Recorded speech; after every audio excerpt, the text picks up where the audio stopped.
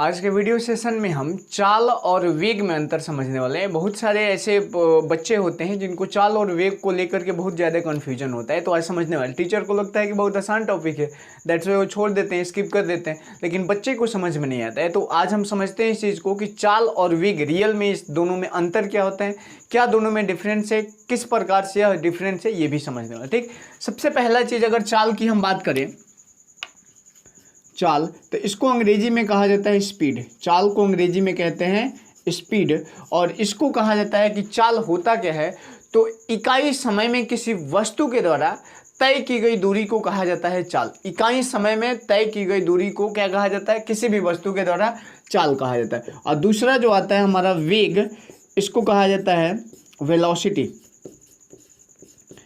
दोनों लगता है कि एक ही है, लेकिन दोनों एक ही है नहीं, दोनों में बहुत ज़्यादा का डिफरेंस है। ठीक है, वेग क्या होता है, वेलोसिटी। तो वेलोसिटी क्या है, इकाई समय में तय की गई विस्थापन को, इकाई समय में तय किए गए विस्थापन को कहा जाता है वेलोसिटी। चाल को कहा जाता है स्पीड, मतलब दूरी को कहा जाता है स्पीड। दैट मीन्स ये हमें जब भी प्राप्त होगा तो यह दूरी से प्राप्त होगा। ये किससे प्राप्त होगा, दूरी से। और यह किससे प्राप्त होगा, विस्थापन से।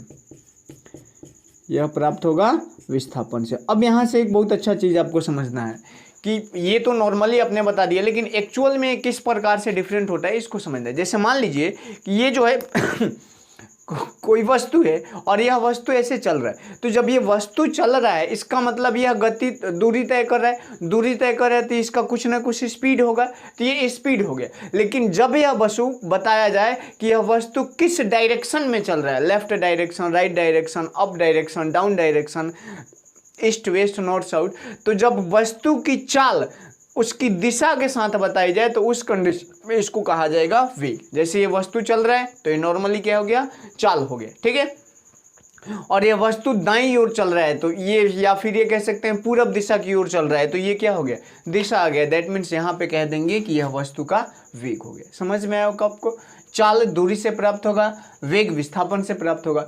चाल में दिशा नहीं होता है लेकिन वेग में दिशा होता है। अब बताइए, आपको एक चीज जब बताया गया होगा स्केलर क्वांटिटी और वेक्टर क्वांटिटी। स्केलर क्वांटिटी में परिमाण के साथ साथ उसका क्या होता है, दिशा नहीं होता है, लेकिन वेक्टर क्वांटिटी में उसके परिमाण के साथ साथ उसका दिशा भी होता है। तो स्केलर चाल एक प्रकार का, इसमें कह देंगे इसमें दिशा होता है, इसमें दिशा होता है नहीं, इसमें दिशा नहीं होता है, लेकिन इसमें तो दिशा होता है, इसमें दिशा होता है। ठीक है, इसमें दिशा होगा, इसमें दिशा नहीं होगा। जब दिशा नहीं होगा तो ये कौन सा राशि हो गया, स्केलर क्वांटिटी। कौन सा quantity, scalar quantity. Scalar quantity को कहा जाता है हिंदी में अदिश राशि।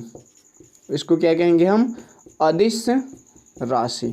ठीक है, तो चाल एक अदिश राशि है और वेग में दिशा भी होता है और इसका परिमाण भी होता है। दैट्स वाई इसको कहा जाएगा वेक्टर क्वांटिटी। इसको क्या कहेंगे हम, वेक्टर क्वांटिटी। ठीक है, चाल में जो होगा इसमें ये विस्थापन से प्राप्त होगा, सॉरी ये वेग,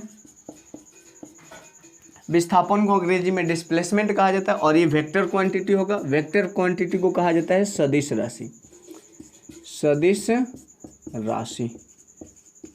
ठीक है, तो इतना चीज आपको समझ में आ गया होगा। यूनिफॉर्म स्पीड से जब कोई वस्तु चलता है तो उसका चाल जो होता है अचर होता है। अगर कोई वस्तु एक समान सर्कुलर मोशन कर रहा है, एक समान वृत्तीय गति में वस्तु का चाल